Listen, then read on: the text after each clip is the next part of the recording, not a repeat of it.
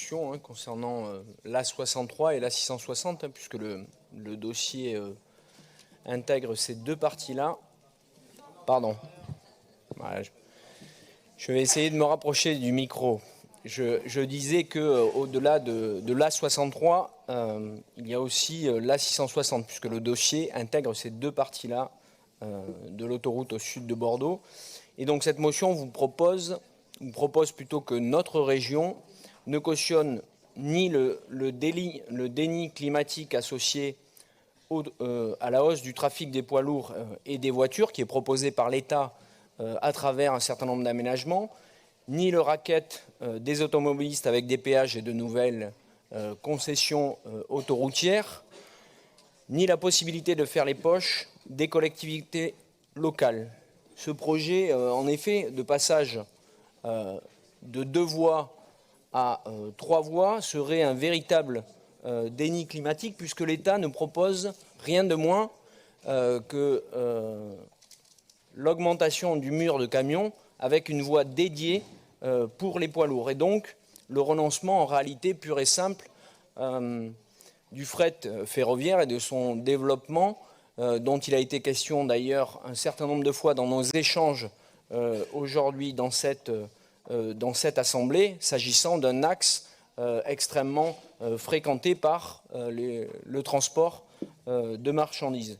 Et au-delà des poids lourds, laisser croire, comme le fait l'État dans sa concertation, que dans 10 ou 15 ans, puisque c'est l'horizon, on évoque les bouchons qui existent aujourd'hui, mais l'horizon d'éventuels travaux, comme le propose l'État, n'interviendrait en réalité que dans 10 ou 15 ans. Laisser croire, parce qu'on aura ajouté une voie routière sur la 63, qu'un Salois, une Lugosienne, un Bellinois pourra continuer à faire 100 ou 120 km par jour pour aller travailler sur la métropole bordelaise. En réalité, c'est un mensonge.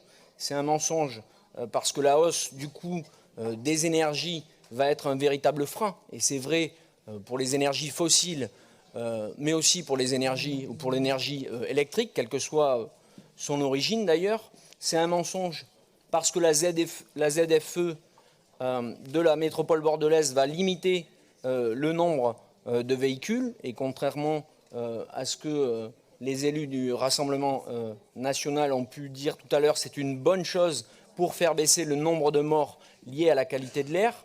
Et c'est contraire d'ailleurs à toutes les alertes des scientifiques, tous les experts du climat qui expliquent inlassablement qu'il y a urgence à développer les transports collectifs, en particulier en milieu rural, pour sortir les plus modestes de la dépendance à la voiture.